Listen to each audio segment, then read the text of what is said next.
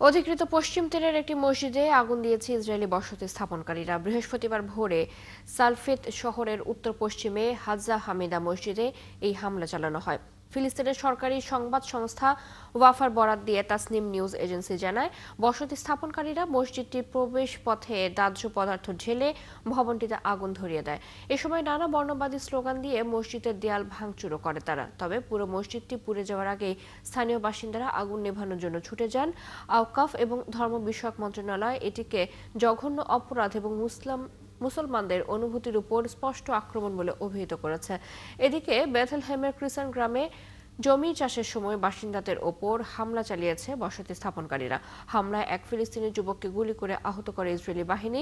এদিকে মসজিদে হামলার ঘটনায় জাতিসংঘের মহাসচিব অ্যান্টনিও গুতেরেস গভীরভাবে উদ্বিগ্ন বলে জানিয়েছেন জাতিসংঘের মুখপাত্র স্টিফেন ডুজারিক। বৃহস্পতিবার এক বিবৃতিতে তিনি একথা জানান।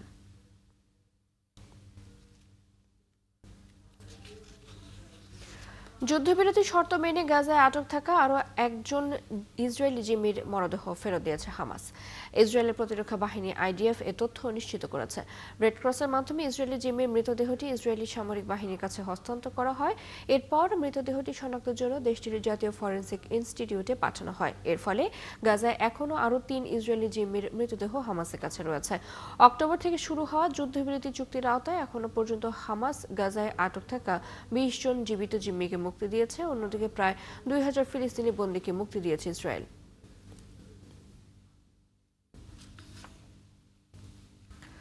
ভবিষ্যৎ রাষ্ট্রের জন্য সংবিধান প্রণয়নে ফিলিস্তিনকে সহযোগিতা করবে ফ্রান্স। দেশটির প্রেসিডেন্ট ইমানুয়েল ম্যাক্রন এ কথা জানিয়েছেন। মঙ্গলবার প্যারিসে ফিলিস্তিনের প্রেসিডেন্ট মাহমুদ আব্বাসের সাথে বৈঠক করেন প্রেসিডেন্ট ম্যাক্রো। সেই বৈঠকে তিনি এই প্রতিশ্রুতি দিয়েছেন। বৈঠকের পর এক সংবাদ সম্মেলনে প্রেসিডেন্ট ম্যাক্রো আরও বলেন, ফ্রান্স এবং ফিলিস্তিনি কর্তৃপক্ষ একটি যৌথ কমিটি গঠন করবে এবং সেই কমিটি সংবিধানের খসড়া প্রণয়ন করবে। খসড়া সংবিধানে ফিলিস্তিনের সাংবিধানিক, প্রাতিষ্ঠানিক এবং সাংগঠনিক অর্থাৎ একটি রাষ্ট্র গঠনের সাথে সম্পর্কিত যতগুলো দিক থাকে সব স্পর্শ করা হবে। জাতিসংঘের নথিতে উল্লেখ রয়েছে, মধ্যপ্রাচ্যের আল আকসা অঞ্চলে ইসরায়েল ও ফিলিস্তিন নামে দুটি স্বাধীন ও সার্বভৌম রাষ্ট্র গঠিত হবে। জাতিসংঘের এই তত্ত্বটি টু স্টেটস সলিউশন বা দ্বি-রাষ্ট্র সমাধান নামে পরিচিত। গাজায় যুদ্ধবিরতির শর্ত অনুযায়ী প্রস্তাবিত আন্তর্জাতিক স্থিতিশীলতা বাহিনীর গঠন নিয়ে সংশ্লিষ্ট দেশগুলো বেশ তৎপর।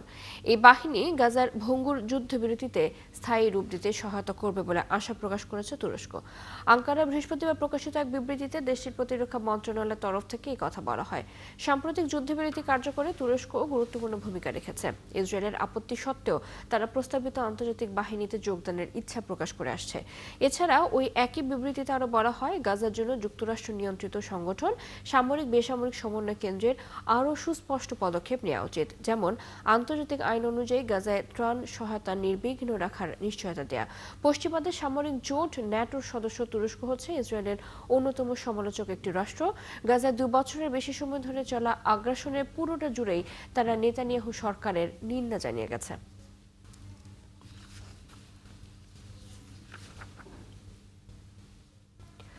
পূর্ব পশ্চিম সীমান্ত দুই ফ্রন্টেই পাকিস্তান যুদ্ধের জন্য সম্পূর্ণরূপে প্রস্তুত বলে দাবি করেছেন দেশটির প্রতিরক্ষা মন্ত্রী খাজা আসিফ। ভারতের নয়াদিল্লি ও পাকিস্তানের ইসলামাবাদে সম্প্রতি ভয়াবহ বিস্ফোরণ ঘিরে উত্তেজনার মাঝে সংবাদ মাধ্যমের সাথে আলাপকালে এই দাবি করেন পাক প্রতিরক্ষা মন্ত্রী। খাজা আসিফ বলেন, পূর্বে ভারত ও পশ্চিমে আফগানিস্তান উভয় সীমান্তেই লড়াইয়ের জন্য প্রস্তুত পাকিস্তান। তিনি বলেন, যদি দুই দেশই চূড়ান্ত লড়াই চায় তাহলে পাকিস্তানের কাছে যুদ্ধ ছাড়া বিকল্প কিছু থাকবে না। ইসলামাবাদের বিস্ফোরণে ১২ জনের প্রাণহানির ঘটনার পর এই মন্তব্য করেন খাজা আসিফ।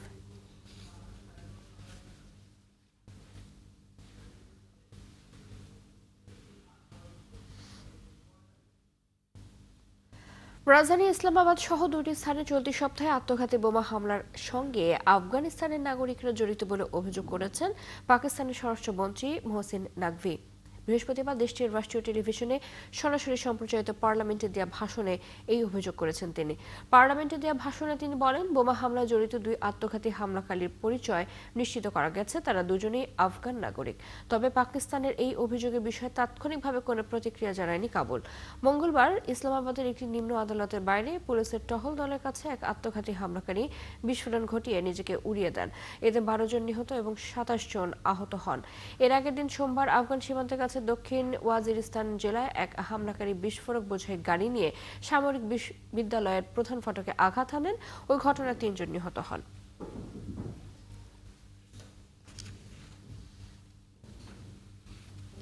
বায়ু দূষণের কারণে ভারতের রাজধানী দিল্লি সহ বহু এলাকায় মানুষজনের নাভিশ্বাস উঠছে।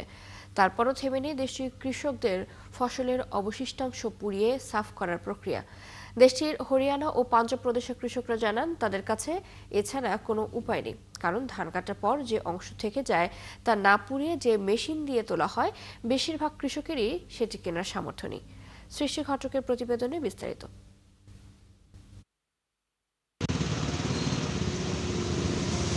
প্রতি বছর শীত আসার আগেই ভারতের রাজধানী নয়াদিল্লিতে মাত্রাতিরিক্ত বায়ু দূষণ দেখা দেয়। এবারও হয়নি তার ব্যতিক্রম। ইতোমধ্যেই নিঃশ্বাস নেওয়ার অনুপযুক্ত বাতাস বইছে শহরটিতে। তারপরও থেমে নেই খড় পুড়িয়ে ফসলের মাঠ পরিষ্কারের কাজ। দেশটিতে বায়ু দূষণের জন্য সবচেয়ে দায়ী 2 রাজ্য হরিয়ানা ও পাঞ্জাবের কৃষকরা এবছরও ধান কাটার পর আগুন লাগিয়েই পরের দফা চাষের জন্য প্রস্তুত করেছে জমি। আর এই ধোঁয়া বাতাসে ছড়িয়ে গিয়েই 300 কিলোমিটার দূরের রাজধানীকেও বসবাসের অযোগ্য করে তুলছে। পাঞ্জাবের কৃষক দিদার সিং জানান, আগুন দিয়ে কৃষিজমি পরিষ্কার করে পরিবেশের যে ক্ষতি হচ্ছে এবং তা মানুষের স্বাস্থ্যের জন্য যে ভয়াবহ, সেটা তারা ভালো করে জানেন। কিন্তু তারপরও এটিই তাদের কাছে একমাত্র পথ। কোনো কৃষকই চান না এভাবে পরিবেশের ক্ষতি করতে, কিন্তু আমাদের কাছে কোনো উপায় নেই। কিন্তু এর বিকল্প হিসেবে যে যন্ত্র ব্যবহার করা যায়, সুপার সিডার, সেটি আমাদের গ্রামে আছেই 2টো। সেটা ভাড়া করা এবং ব্যবহার যে ব্যয়বহুল, তা আমাদের সামর্থ্যের বাইরে। তাই আমাদের কাছে অন্য কোনো উপায় নেই জমি পরিষ্কার করার। পাঞ্জাবের মানসা এলাকার ডেপুটি কমিশনার নবজাত কৌর জানান, ধান কাটার পর গম চাষ করার জন্য কৃষকরা খুব কম সময় পায়। এ সময়ের মধ্যে জমি প্রস্তুত করতে তারা প্রজন্মের পর প্রজন্ম ধরে এই পদ্ধতি মেনে আসছে। প্রথমত, কৃষকরা যেভাবে দিনের পর দিন ধরে কাজ করে আসছেন, সেটিকে পরিবর্তন করার মানসিকতার অভাব রয়েছে। এরপরই আসে আর্থিক বিষয়টি। সুপার সিডার অত্যন্ত ব্যয়বহুল এবং এটির ব্যবহারও একেবারেই সহজ এমনটা নয়। আমরা সরকারিভাবে কয়েকটি মেশিন এনেছি, কিন্তু এগুলো যথেষ্ট নয়। আমরা চেষ্টা করছি এই ঘাটতি পূরণ করার। শুধু ফসলের বাড়তি অংশ পোড়ানো ধোয়াই নয়, অত্যন্ত জনবহুল দেশটিতে যানবাহনের কালো ধোঁয়া আর প্রতিনিয়ত ভবন নির্মাণের কাজও সেখানকার বাতাসে দূষণের মাত্রা বাড়াচ্ছে। যদিও ভারত সরকার দিল্লি ও এর আশপাশের এলাকাগুলোতে দূষণ কমাতে নানা পদক্ষেপ নিচ্ছে, তবুও এবছরও নিয়ন্ত্রণহীনভাবে বাড়ছে দূষণ মাত্রা। সৃষ্টি ঘটক, ৭১। প্যানোরামা অনুষ্ঠানে প্রচারিত তথ্যচিত্রে মার্কিন প্রেসিডেন্ট ডোনাল্ড ট্রাম্পের একটি ভাষণ ভুলভাবে সম্পাদনা করার ঘটনায় ক্ষমা চেয়েছে বিবিসি। এ ঘটনায় ট্রাম্পের ক্ষতিপূরণের বিষয়টি নাকচ করে দিয়েছে তারা। তবে তথ্যচিত্র আর দেখানো হবে না বলে জানিয়েছে সংস্থাটি। এর আগে তথ্যচিত্র প্রচারের ঘটনায় বিবিসির বিরুদ্ধে $100 কোটি ক্ষতিপূরণ মামলা করার হুমকি দিয়েছিলেন ট্রাম্প। গত সোমবার সংবাদ মাধ্যমটিকে এই সংক্রান্ত একটি চিঠি দেওয়া হয়। ট্রাম্পের আইনজীবীদের দেয়া ওই চিঠিতে আগামী শুক্রবার পর্যন্ত বিবিসিকে সময় বেঁধে দেওয়া হয়। এই সময়ের মধ্যে সংবাদ মাধ্যমটিকে ট্রাম্পের বক্তব্য থাকা তথ্যচিত্রটি প্রত্যাহার করতে, ক্ষমা চাইতে এবং যথাযথভাবে ক্ষতিপূরণ দিতে বলা হয়। কিন্তু তার আগেই বিবিসি ট্রাম্পের কাছে ক্ষমা চাইল। বিবিসির একজন মুখপাত্র বলেছেন, রবিবার পাওয়া এই চিঠির পরিপ্রেক্ষিতে বিবিসির আইনজীবীরা প্রেসিডেন্ট ট্রাম্পের আইনজীবীদের কাছে চিঠিটি পাঠিয়েছেন। বিবিসির চেয়ারম্যান সামির শাহ আলাদাভাবে হোয়াইট হাউসে একটি ব্যক্তিগত চিঠি পাঠিয়েছেন। চিঠিতে 2021 সালের 6 জানুয়ারি প্রেসিডেন্টের ভাষণের যে সম্পাদিত অংশটি তথ্যচিত্রে দেখানো হয়েছিল, তার জন্য প্রেসিডেন্ট ট্রাম্পের কাছে দুঃখ প্রকাশ করেন তিনি এবং তার প্রতিষ্ঠান। এতে বলা হয়, প্রামাণ্য চিত্রটি আবারও প্রচার করার কোনো পরিকল্পনা বিবিসির নেই।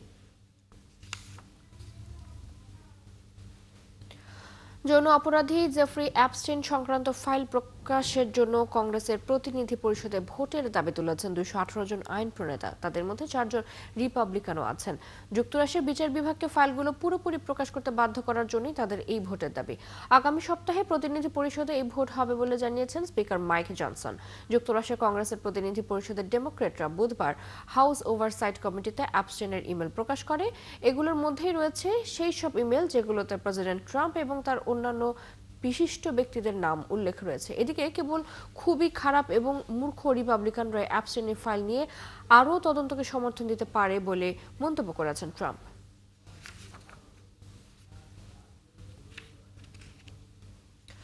ইউক্রেন যুদ্ধে অস্থিতিশীলতা আরও বৃদ্ধি করার মতো কোনো পদক্ষেপ যুক্তরাষ্ট্র নেবে না বলে আশা করেছে রাশিয়া। বুধবার রাতে রুশ বার্তা সংস্থা তাসে প্রকাশিত এক সাক্ষাৎকারে দেশটির পররাষ্ট্রমন্ত্রী সের্গেই লাভরভ একথা বলেন। তিনি বলেন, মার্কিন প্রেসিডেন্ট ডোনাল্ড ট্রাম্প দীর্ঘদিন ধরে রাশিয়ার সাথে সমঝোতার পক্ষে ছিলেন। ইউক্রেন ইস্যুতে রাশিয়ার অবস্থান তিনি পুরোপুরি বুঝতে চেয়েছেন এবং একটি টেকসই শান্তিপূর্ণ সমাধান খোঁজার অঙ্গীকার দেখিয়েছেন। লাভরভ আরও বলেন, যুক্তরাষ্ট্র সাধারণ বিচার বুদ্ধির গুরুত্ব দেবে এবং চলমান সংঘাতে বাড়তি মাত্রা যোগ করার মতো কোনো পদক্ষেপ নেবে না বলে আশা করছেন তিনি। এর আগে পশ্চিমাদের সামরিক জোট ন্যাটোর সম্প্রসারণ এবং রুশ সীমান্তের কাছে সামরিক অবকাঠামো স্থাপনই যুদ্ধের প্রধানতম কারণ বলে স্বীকার করে নিয়েছেন ট্রাম্প। মূলত রুশ প্রেসিডেন্ট ভ্লাদিমির পুতিন এবং রাশিয়া গত 2 বছর ধরে এই বিষয়েই সতর্ক করে আসছেন।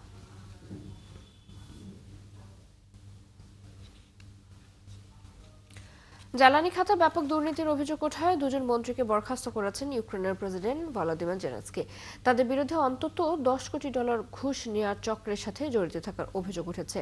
দুর্নীতির অভিযোগ বরখাস্ত হওয়া 2 জন হলেন আইনমন্ত্রী হারলেন হানুচকো এবং জ্বালানি মন্ত্রী ভিতলানা গ্রিনচুক। এছাড়া নিজের ঘনিষ্ঠ বন্ধু এবং সাবেক ব্যবসায়িক অংশীদার তিমুর মিন্দিচের বিরুদ্ধেও ব্যক্তিগত নিষেধাজ্ঞার ঘোষণা দিয়েছেন জেলেনস্কি।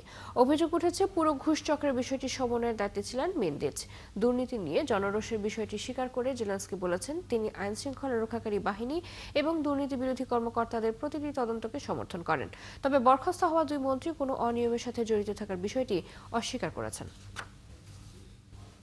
ব্রাজিলের বেলেম শহরে চলছে জাতিসংঘের জলবায়ু শীর্ষ সম্মেলন COP30। এবারের সম্মেলনে গ্রিনহাউস গ্যাস নির্গমন কমানো সহ উচ্চাকাঙ্ক্ষী কিছু বিষয় আলোচনা শুরু করতে আগ্রহ দেখাচ্ছে কয়েকটি দেশ। জলবায়ু সংকট নিরসনে ধনী দেশগুলোর আর্থিক দায়বদ্ধতার বিষয়টিও আলোচনায় তোলার কথা বলা হচ্ছে। জলবায়ু সংকট সমঝোতার মাধ্যমে সমাধানের চেষ্টা করতে সবচেয়ে জোর দিচ্ছে ক্ষুদ্র দ্বীপ রাষ্ট্রগুলোর জোট। বিস্তারিত প্রতিবেদনে। 10 নভেম্বর থেকে শুরু হয়েছে 30তম জলবায়ু সম্মেলন। এবারের সম্মেলনে 2টি প্রশ্নের উত্তর খুঁজবেন জলবায়ু কর্মীরা। 1, বৈশ্বিক উষ্ণতা আরও দ্রুত বৃদ্ধি রোধে বিশ্ব কি করতে পারে, এবং 2, অপ্রতিরোধ্য বিপর্যয় এড়াতে কি সময়মতো পদক্ষেপ নেওয়া সম্ভব। এরই মধ্যে বৈশ্বিক উষ্ণতা বৃদ্ধি 1.5 ডিগ্রি সেলসিয়াসের সীমা অতিক্রম করতে চলেছে। পাশাপাশি জলবায়ু সংকটের বিরুদ্ধে সম্মিলিত পদক্ষেপে এসেছে রাজনৈতিক বিভেদ এবং জনতুষ্টির জোয়ার। এবারের সম্মেলনের আয়োজকরা আলোচনাকে শুধু প্রতিশ্রুতির মধ্যে সীমাবদ্ধ না রেখে বাস্তবায়নের উপর জোর দিতে চান। গ্লোবাল সাউথের জন্য এই কপের সফলতা নির্ভর করবে 2টি প্রধান লক্ষ্যের ওপর: আর্থিক সহায়তা এবং ন্যায্য রূপান্তর। Brazil tropical forest forever facility নামের একটি তহবিল গঠন করতে চায়, যার লক্ষ্য হবে বিদ্যমান বন সংরক্ষণ করা এবং বন উজাড় হ্রাসকারী অঞ্চলগুলোকে পুরস্কৃত করা। তবে COP30-র সবচেয়ে কঠিন আলোচনাটি হবে জলবায়ু সংকটের মূল কারণ জীবাশ্ম জ্বালানি নিয়ে। সব মিলিয়ে COP30-কে অবশ্যই রাজনৈতিক বিভেদ কাটিয়ে উঠে জলবায়ু ন্যায়বিচার, ব্যাপক নির্গমন হ্রাস এবং দুর্বল দেশগুলোর জন্য অর্থায়নের মাধ্যমে বৈশ্বিক ঐক্যের একটি বার্তা দিতে হবে। যদিও আয়োজক হিসেবে ব্রাজিলের সিদ্ধান্ত গ্রহণের কোনো ক্ষমতা নেই, তবে সমঝোতার ক্ষেত্রে গুরুত্বপূর্ণ ভূমিকা রাখতে পারে তারা। চৈতি সরওয়ার, ৭১। এই ছিল এখনকার আয়োজনে। বিশ্বের আরো নতুন কিছু খবর এবং বিশ্লেষণ নিয়ে দুপুর 1টায় আবারও হাজির হবে বিশ্বযোগ। চোখ রাখুন ৭১-এর ফেসবুক পেজে, সাবস্ক্রাইব করুন ৭১-এর ইউটিউব চ্যানেল। ৭১-এর সাথে থাকুন।